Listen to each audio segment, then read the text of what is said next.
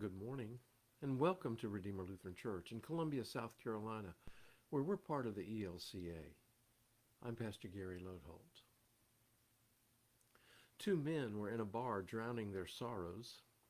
One man took a sip and commented that things were not good and his wife was the boss in their relationship. The other man said, "Oh, that's too bad.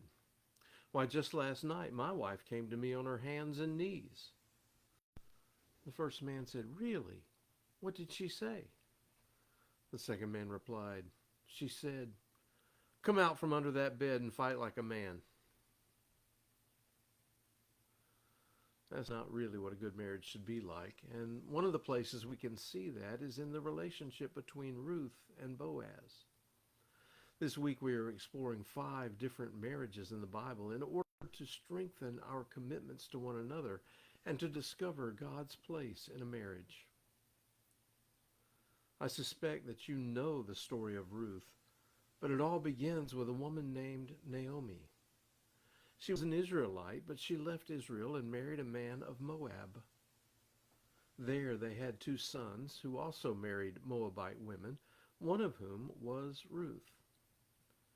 When all of the men died, Naomi decided to go home to Israel, and in a powerful act of devotion and love, Ruth went with her. Now, I suspect that's about all we know of Ruth's story, but there is more. When they got back to Israel, there was not really much they could do to earn a living. In fact, just about the only thing they can do that Jewish farmers were told by God not to reap the corners of their fields and to leave that for the poor and widows to glean for themselves. So Ruth went out into the fields to glean for Naomi and herself. And while she was there, the owner of the field, a man named Boaz, noticed her. Long story short, Boaz happened to be Naomi's kinsman, and there were Old Testament rules about that kind of thing too. If a man died, it was the responsibility of her husband's brother to marry her and care for her. In fact, if they had children, the children were considered offspring of the first husband. That way, his line was not lost. Even more, this was called redeeming the woman. In other words, things for her were made right. But what if there were no brothers to the man who died?